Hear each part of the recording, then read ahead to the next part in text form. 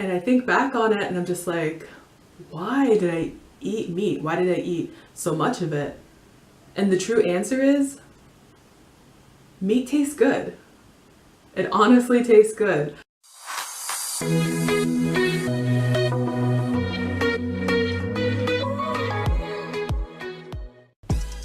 Hi everyone, my name is Monica and thank you for coming to my channel. So today's video is going to be all about meat, aka animal flesh. I want to talk about some things that I didn't say in my vegan story because that was just about how I found veganism, but I haven't talked about my personal, real feelings and thoughts about eating meat and animal byproducts before I started to look into veganism. And I think the reason I started thinking about this is because I've been binge watching Gilmore Girls on Netflix, and if you've ever seen that show, you know that they eat a lot. Like, they show them eating or finding food or talking about food most of the time on the show. And almost every episode it's like they're at their parents' house and they're always asking, how did you like your braised lamb? How did you like the pork? Do you like chicken? There's always so much talk of meat. My life before veganism, when I was a huge meat eater, I mean, I ate pork, chicken, beef, turkey. And the most exotic I ever went was lamb. I feel almost like admitting. I would eat lamb when I would have gyros, and I had gyros quite often as a teenager into early adulthood. And I think back on it and I'm just like, what was wrong with me? I've seen lambs. They're these cute little fluffy things. And I think about that with all animals now. I look at them and I'm just like, they're so beautiful, they're so unique and special.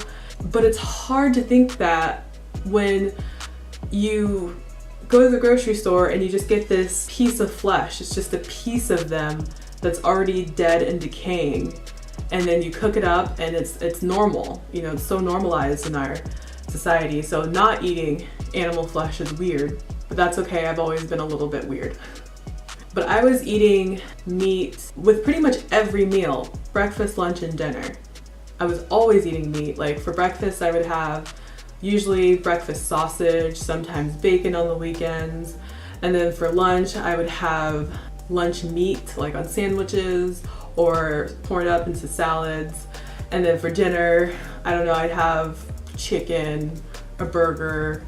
When I'd order pizza from Pizza Hut, I would get the meat lovers, like all kinds of meat all over it.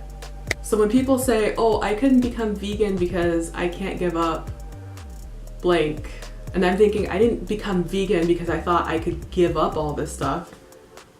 I'm one of the last people I thought would ever go vegan. I was all about my bacon, and I was all about my meat lovers, everything. Sometimes I would have meat on its own as a snack or a meal with no vegetables, no starches, no other foods. Like, that's how much of a meat eater I was. In fact, most vegans probably have said I could never go vegan before they went vegan. And I don't know, maybe it's taboo. I don't really know of any vegans who have openly admitted or said, hey, I think meat tastes good. But, you know, I'm just gonna be honest with you guys. But when you really think about it, it only tastes good after it's baked, fried, grilled, breaded, seasoned very well, marinated. We basically make it taste and look so much different than it would if we were true carnivores and we were going out and hunting it ourselves, like running after it, biting open its neck or something.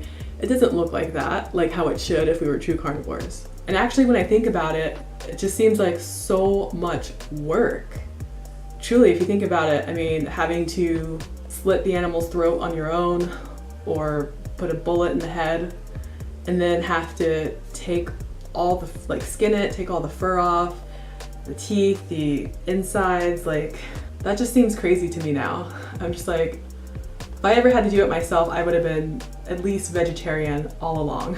But instead, the meat industry basically injects the meat with these chemicals or dyes to make it look more red. And that's probably because as herbivores, we naturally are attracted to fruits and vegetables because of their bright colors. We're not really as attracted to something that's dark gray and brown and decaying and rotting that we're trying to keep fresh. And we also season all of our meat to taste basically more like plants. That's what spices and herbs and seasonings are, essentially. It's almost like we're tricking our mind and bodies to be interested in eating something that we normally wouldn't eat because it's foreign to our body and it's hard to digest. I've also been thinking about memories that I'm not so proud of, things that I've said or things that I've done involving, these poor animals. And the two that stand out most to me is one time for Valentine's Day, I got bacon roses. They were what they sound like. They were actually bacon spiraled up, put on a stem to look like a rose. And because I was so into bacon, I was so excited and I ate it right away. And I took pictures of it, posted it on social media. The second time was when I made a burger patty at home, and for whatever reason it came out the shape of like a heart because it was the ground beef that you mold yourself. And I thought it was so cute and so adorable that I took a picture of it over my heart and put that on social media as well, thinking it was the cutest, funniest, most coincidental thing. Now I can look back on it and be like, what the hell was I thinking? Why would I ever do that? That's crazy. But like I said, when things are just all neatly packaged and you don't see what happens to it before you get it in the store and before you bring it home, there's a huge disconnect. And you think that of animal flesh as just a product, just a thing. It's no longer alive. It has no character or personality. It's just an object. So after doing my research and finally confronting my conscience, I gave up eating animals and animal byproducts altogether. It was the only thing that made sense. We didn't need it to be healthy. We didn't need it to survive. We didn't need it for essential nutrients that we were not going to get besides B12, but you can always supplement that, that's easy. And even with giving up all of those things, I don't miss it at all. I thought I would miss meat like crazy after eating it 3 times a day almost for over 2 decades. And I don't miss it at all. I don't crave it. I don't see it, smell it, and be like, oh, I wish I had that. There are so many mock meats out there that if I do feel like, oh, I want something a little different, like I'm gonna add orange chicken to my meal, or I wanna have a burger that's not a veggie burger, like I can always find those options. They're everywhere. And even though when I make videos, you see a lot in my fridge and my freezer, I have a lot of mock meats at times, but I don't eat them every day. I eat them maybe a few times a week. If that, but for the most part, I focus on just eating whole grains, rice, potatoes, vegetables, fruit, pasta. I really like spaghetti. So all in all, I didn't have to sacrifice taste or convenience, really. I mean, maybe just a tiny bit, but if I have to drive a little bit further to find a restaurant that's vegan or has vegan options, or if I have to research the menu a little bit more before I go to a new place to eat, or if I have to pack my lunch to make sure I go somewhere and I have it, that's totally worth it. But I could no longer tell myself it was okay to put my money towards an animal being raised and probably killed very young, some like 6 months or a year old, for a sandwich for like 5 minutes.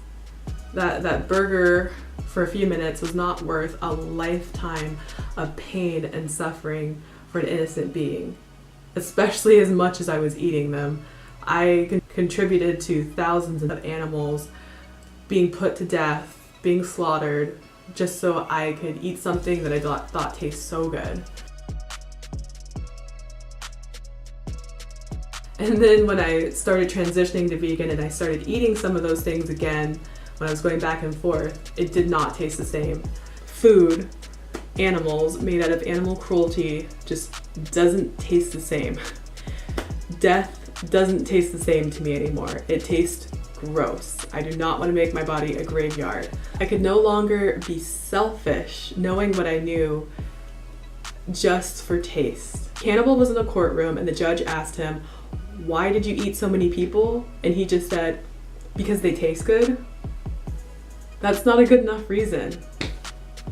It's never a good enough reason. That is my final thoughts for today. If you want to continue following me and my vegan journey, make sure to subscribe and hit the notification bell so you never miss a video. And I will see you guys next time. I hope you have a good day or night. Bye.